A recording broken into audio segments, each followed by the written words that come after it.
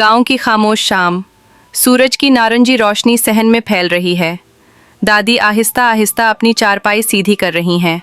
दादी प्यार भरे अंदाज में पुकारती हैं, बेटियों, आज की कहानी का वक्त हो गया है। और दोनों पोतियां खुशी से दौड़ती हुई दादी की तरफ आती हैं।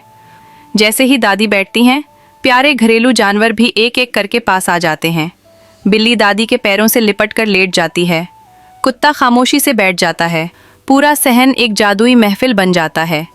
जब कहानी दिलचस्प होती है, पोतियों की आंखें हैरत से खुल जाती हैं। दादी हाथों से इशारे बनाते हुए किस्सा आगे बढ़ाती हैं। कहानी ख़त्म होते ही पोतियां दादी से लिपट जाती हैं। कुत्ता खुशी से अपनी दम हिलाता है।